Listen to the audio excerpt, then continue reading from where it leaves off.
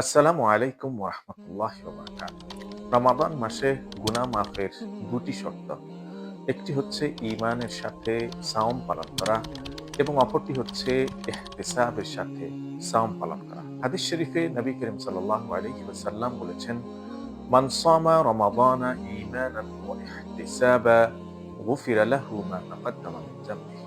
অর্থাৎ যে ব্যক্তি ঈমান এবং ইহতিসাবের সাথে সিয়াম পালন করবে, আল্লাহ রাব্বুল আলামিন তার জীবনের সমস্ত গুনাহ ক্ষমা করে দিবেন।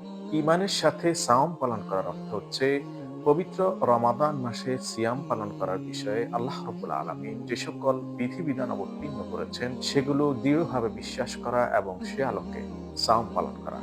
হাদিস শরীফে নবী করিম সাল্লাল্লাহু আলাইহি ওয়াসাল্লাম সাওম সম্পর্কে যে সকল পুরস্কারের কথা ঘোষণা করেছেন সেগুলো মনে প্রাণে বিশ্বাস করা এবং তদানুযায়ী আমল করা।